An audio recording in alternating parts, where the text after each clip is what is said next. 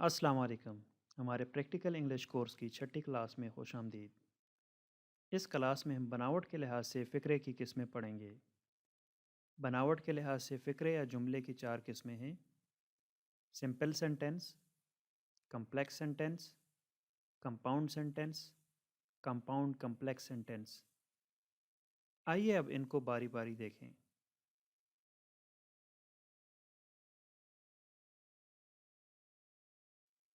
وہ فقرے جن میں ایک فعل، خیال یا حالت کو ظاہر کیا جائے اور ان میں ایک ہی فنٹ ورب ہو تو ایسے فقرے سادہ فقرے یا سمپل سینٹنس کہلاتے ہیں۔ ان فقروں میں ایک انڈیپینڈنٹ کلاز ہوتی ہے جن میں کم سے کم ایک سبجیکٹ اور پریڈیکٹ ہوتا ہے، جیسے کہ I go home daily، He wants to go، Her dress is beautiful، He eats an apple۔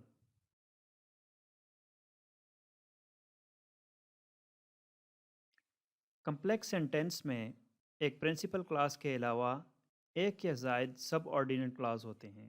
پہلا کلاز جو پورا مفہوم بیان کرتا ہے اور اس میں ایک فنٹ ورب ہوتا ہے، اسے انڈیپینڈنٹ یا پرنسپل کلاز کہتے ہیں، جبکہ دوسرا سب آرڈیننٹ ہوتا ہے۔ مثلا she eats less so that she may become slim۔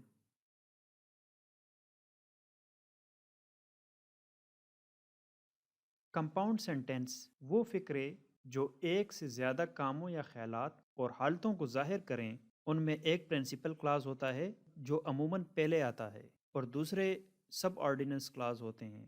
ان کو کنیکٹیو ورڈز یعنی yet, so, or, for, but, and وغیرہ کی مدد سے جوڑا جاتا ہے۔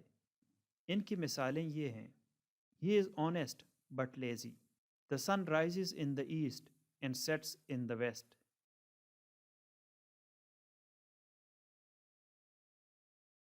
کمپاؤنڈ کمپلیکس سینٹنسز کے فقروں میں ایک پرنسپل کلاز کے علاوہ ایک کوآرڈینیٹ کلاز اور ایک سب آرڈینیٹ کلاز ہوتا ہے۔ مثلا he is weak in English but his brother is quite sharp he is also monitor of the class.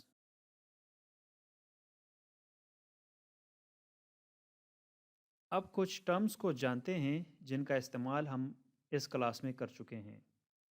فقرے کا وہ حصہ جو اکیلے ہی پوری معنی دیتا ہو پرنسپل، مین یا انڈیپینڈنٹ کلاس کہلاتا ہے۔